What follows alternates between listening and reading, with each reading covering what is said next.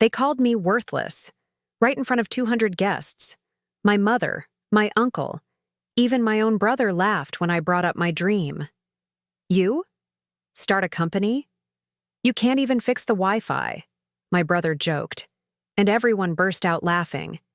But I just stood there, smiling on the outside, dying inside. My name is Ayla, and this is how I turned humiliation into power. Before we continue, make sure to like this video, subscribe, and share it with someone who's ever been doubted, because this story will leave you speechless. I was 18 then. Just lost my scholarship, working night shifts, and getting insulted at every dinner table. Whenever relatives came over, they'd ask, "What's she doing now?" And my mom would say, "Nothing serious, she's still figuring out life." What they didn't know was, every night, after work, I locked myself in a room with my old, cracked laptop and built something. Quietly. No one cared. No one noticed. But I kept going, even when I was exhausted, even when I wanted to give up. Because deep inside, I had one goal: prove every single one of them wrong. Then came my cousin's wedding, a perfect opportunity. And they used it to destroy me. My uncle gave a speech, and in front of everyone he said, "Some of us in this family are successful, and some are just extra burden." He looked at me when he said it, and the room went quiet. But I didn't say a word. What they didn't know was, I had just become their new boss. I didn't speak at that wedding. I just watched them. Every laugh, every insult, every fake smile. Because deep down, I had a secret they couldn't even imagine. While they were mocking me over chicken biryani and dance rehearsals, I was building something that would one day own their salaries. Back then, I was working as a junior web assistant in a dusty old office. Everyone around me thought it was a dead-end job. But I wasn't there for the job. I was there for the experience, to learn how systems worked, how websites made money, how clients were managed. At night, I'd come home, skip dinner, and sit for hours designing pages, building mock startups, watching every tutorial I could find, free ones, because I couldn't afford anything else. No one knew what I was doing. My brother would laugh and say, "She's watching those fake YouTube gurus again." Even my mom once said, "Why don't you stop this nonsense and find a real husband instead?" I never answered. I just kept building. One night, after a full week of failed code and headaches, I launched my first website. It made 317 in the eye. First week, and I cried. Not because it was low, but because it was proof. Proof that I could do this. Months passed. I was quiet, focused, rejected job offers that didn't align with my vision, said no to distractions. I started freelancing, then hired my first remote assistant, then another, and slowly. My small digital idea became a real business. 2 years later, I was running a full team of developers, designers, and marketing experts. And the best part? I never told anyone, not even my mom. She thought I was working in some boring data entry job, until the day of the family reunion, the same people, the same insults. My uncle joked, "Ayla, still watching YouTube at night?" My brother laughed, "Maybe she'll launch her own space agency next." That's when the host of the event said something that changed everything. "We have a special sponsor today. A young woman entrepreneur who owns the very software company that's powering this entire venue." Everyone looked around. And then, he said it. "Let's welcome Ayla Khan." The hall went silent. My mom stood up in shock. My brother's face went pale. My uncle blinked like he couldn't believe it. And I walked up, in a simple black dress, no makeup, no jewelry, just confidence. I took the mic.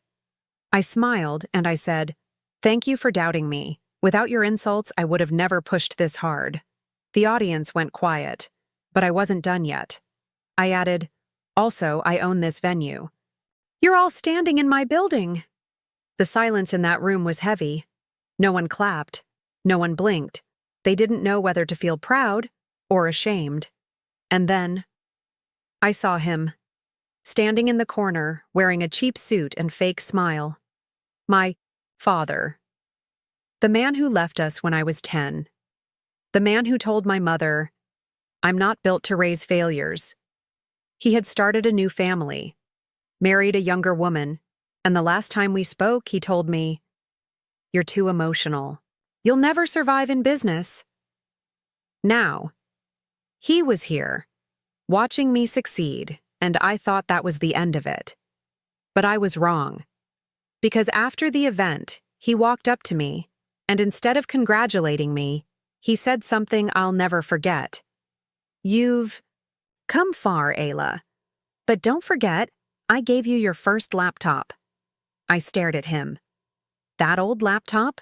The one he sold behind my back, just to buy a gold chain for his new wife? I remembered everything. I had saved up pocket money for a year. Collected coins, skipped lunch at school, and finally, I got that second-hand laptop from a local shop. It was slow, cracked, but it was mine. And one morning, it was gone. He said, "It got stolen," but I later found out he had sold it for $80 to buy a gift. For his wife's birthday, I felt like trash. That one device was my entire dream, and he took it away without even asking. Now he was standing here, trying to take credit for my success. I looked him in the eyes, and I said, "You didn't give me that laptop. You gave me pain, and I turned it into power." Then I walked away. But it didn't end there, because what happened a week later would destroy his ego permanently. A week after that reunion, my phone buzzed. It was a message from my cousin. "Your father's in trouble. He needs your help. Please come to the lawyer's office." At first, I ignored it. Why should I help the man who stole my dream, who left my mother crying every night, who humiliated me every chance he got? But something inside me whispered, "Go, see for yourself." So I went. When I entered the lawyer's office, I saw my father sitting across the table. His head was down, his hands were shaking, and next to him was his new wife, crying. The lawyer looked at me and said, "Your father's business is bankrupt. He's in debt. If he doesn't pay back $70,000 in the next 15 days, he'll lose his house and possibly go to jail." For a moment, I didn't feel anything. No anger, no sadness, just silence. He looked up at me, and for the first time in my life, I saw him helpless. He whispered, "Ayla, I have no one else. You're the only one who can save me." The same man who once said I was too weak to handle pressure was now begging me to rescue him from a storm he created. I sat down. I looked him dead in the eye, and I said, "Do you remember the day you sold my laptop?" He looked away. "Do you remember the night Mom cried herself to sleep after you left us with nothing?" Still no answer. "Do you remember how you told everyone I'd end up as a housewife with no future?" He whispered. "Ayla, please." I leaned forward. "I'm not here for revenge," I said. "I'm here to return the favor." And then I pulled out a check, $70,000. His eyes widened. I placed it on the table and said, "This is from the same emotional girl who was never good enough." His wife burst into tears.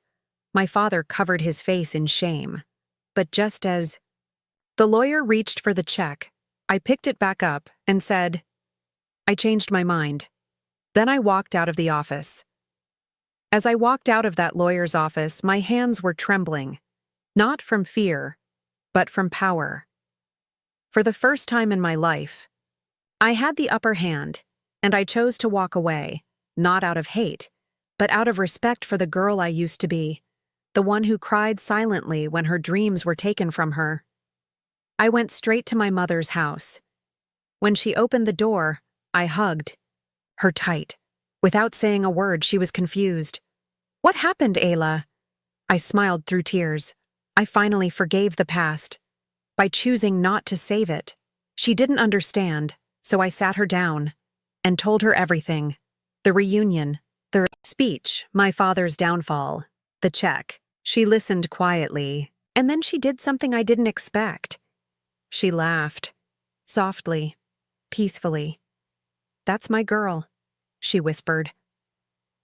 We sat on that old sofa, where we once shared tea on winter nights and watched TV with a broken remote. Now we were sipping lattes from a tray I had bought her, from a company I owned. That night I posted a photo on social media, me and Mom, in front of our new house, with the caption, "From sold laptops to building empires, we never needed saving." We needed to be believed. The post went viral.